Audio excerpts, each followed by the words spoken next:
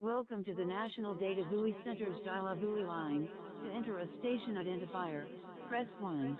To search, enter the 5-character station IDs. Station IDs, or conditions at 46222 as of 8:23 p.m. Pacific Daylight Time on May 29, 2020. 0323 Greenwich Mean Time on May 30, 2020. Wave height 2.3 feet. Heat period 17 seconds. Water temperature 68.0 degrees Fahrenheit. Wave summary for 46222 as of 8:23 p.m. Pacific Daylight Time on May 29, 2020. 0323 Greenwich Mean Time on May 30, 2020. 1.6 feet. Period 16.7 seconds. Direction south-southwest. Wind wave. Conditions at AGXC area as of 3:36 seconds. Direction west-northwest. Would you like to hear the forecast information? Press 1 for yes, or 2. Marine forecast for 46,222. National Weather Service Los Angeles/Oxford, California. 2:27 p.m. Friday, May 29. Tonight, southwest winds 10 to 15 knots in the evening, becoming variable 10 knots or less. Wind waves 2 feet or less. South 12 3 feet at 16 seconds. Patchy fog after midnight. Saturday, winds variable 10 knots or less. Marine forecast for 46,222. National Weather Service Los Angeles/Oxford, California. 2:27 p.m. Friday, May 29. Tonight, southwest winds 10 to 15 knots in the evening, becoming variable 10 knots or less. Wind waves 2 feet or less. South 12 3 feet at 16 seconds. Conditions at AGXC1 as of 3:36 p.m. Winds variable 10 knots or less, becoming west 10 to 15 knots in the afternoon. Wind waves 2 feet. South 12 3 feet at 16 seconds. Saturday night, west wind 10 to 15 knots, becoming 5 to 10 knots after midnight. Wind waves 2 feet. South 12 3 feet at 15 seconds. Patchy fog after midnight. Sunday, national variable 10 knots or less, becoming west 10 to 15 knots in the afternoon. Wind waves 2 feet. South 12 3 feet at 14 seconds. Patchy fog in the morning. Sunday night, west winds 10 to 20 knots with gusts to 25 knots, becoming national 10 knots after midnight. Buoy center dial 1 to 3 feet. Mix 12 west 2 to 3 feet at 6 seconds and south 3 feet at 13 seconds. Patchy fog after midnight. Monday, winds variable 10 knots or less, becoming west 10 to 20 knots with gusts to 25 knots in the afternoon. Wind waves 1 to 3 feet. Mix 12 west 2 to 3 feet at 6 seconds and south 3 feet at 13 seconds. Patchy fog in the morning. Monday night, southwest 10 to 20 knots, becoming west 10 to 15 knots after midnight. Wind waves 2 to 3 feet. Mix 12 west feet at 6 seconds and southwest feet at 16 seconds. Patchy fog after midnight. Tuesday, west winds 10 to 15 knots,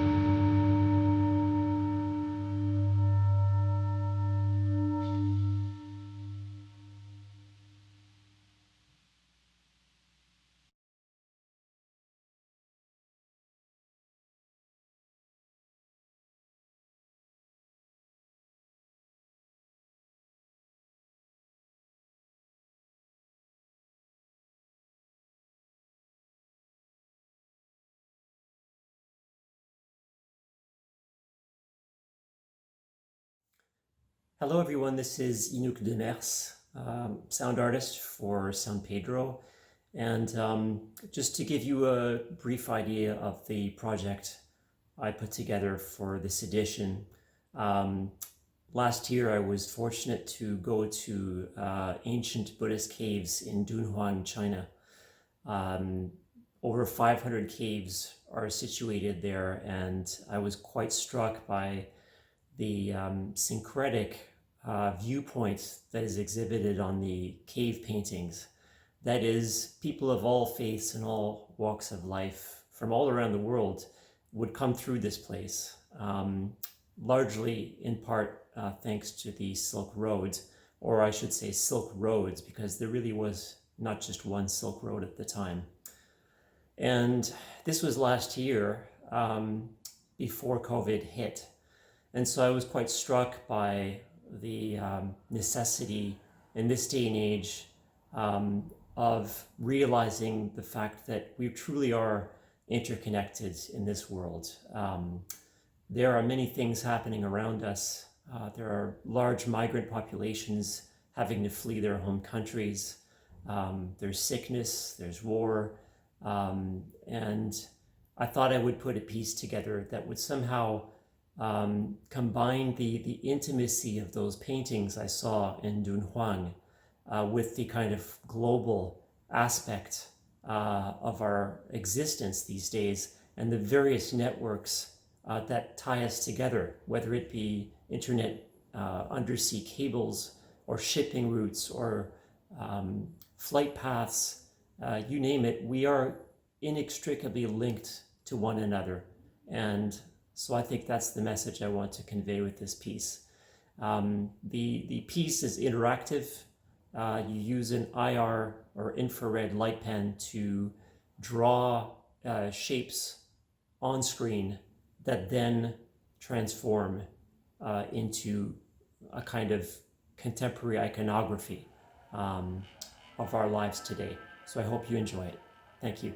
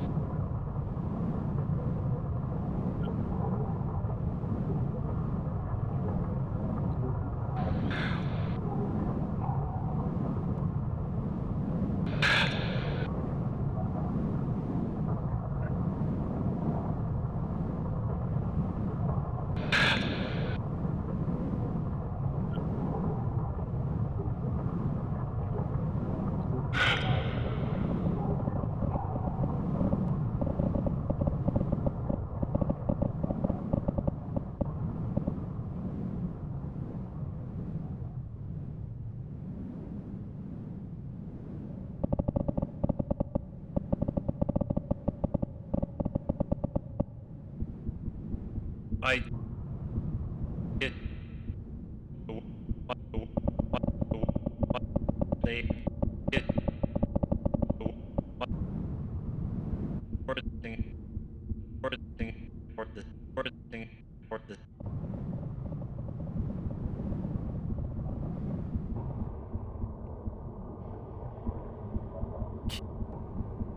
to die God for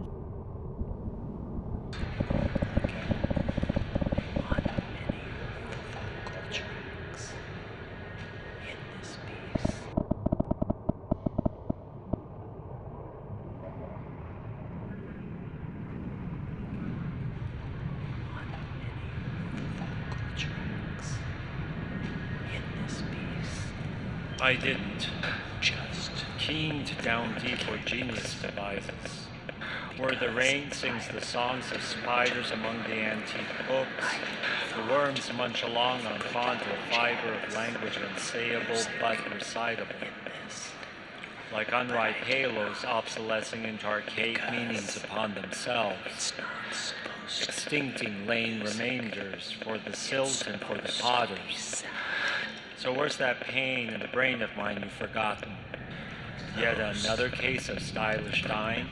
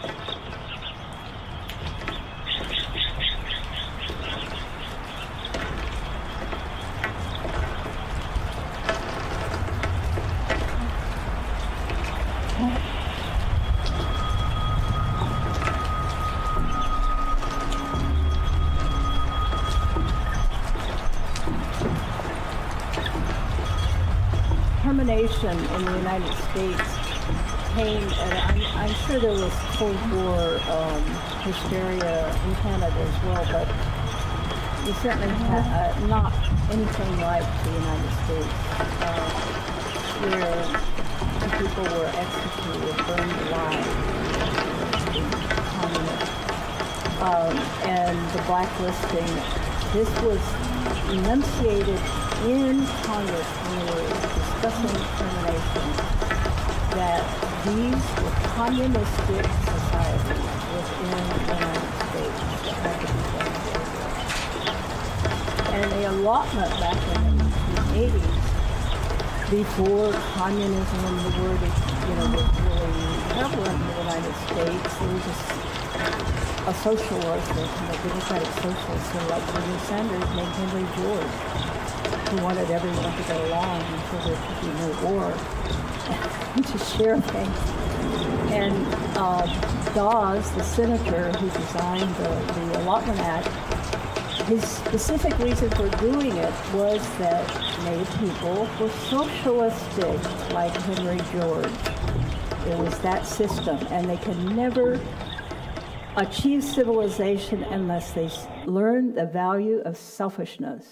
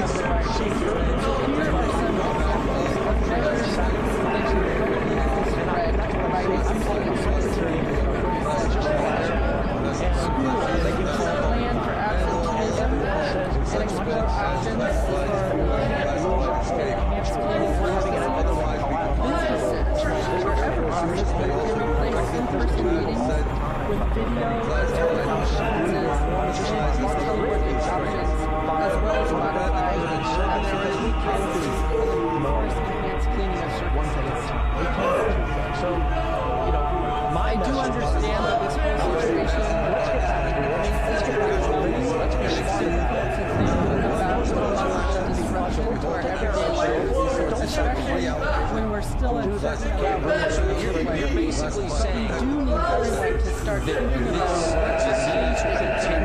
disease is not the scariest thing, but a possibility that will further the trust of the virus. Yeah.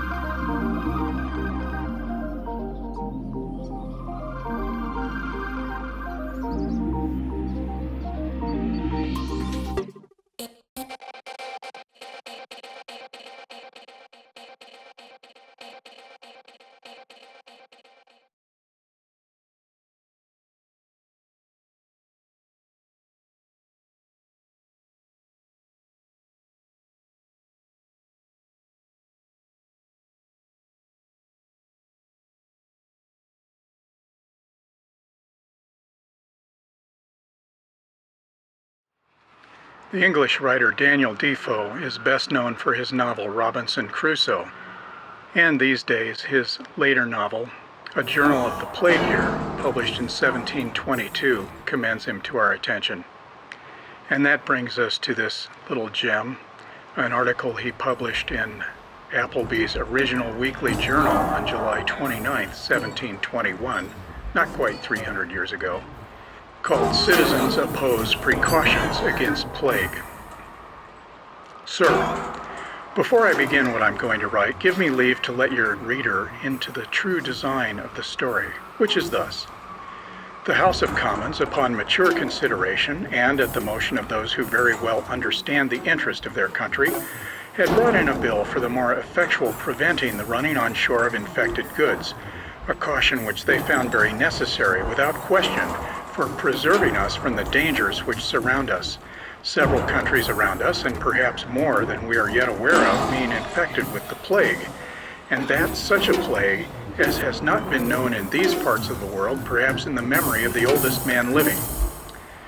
In the middle of this, we find some of our worthy citizens setting up against it, worthy gentlemen, I must confess, and whose concern for the trade of their fellow citizens more than for their lives is very well worth your notice.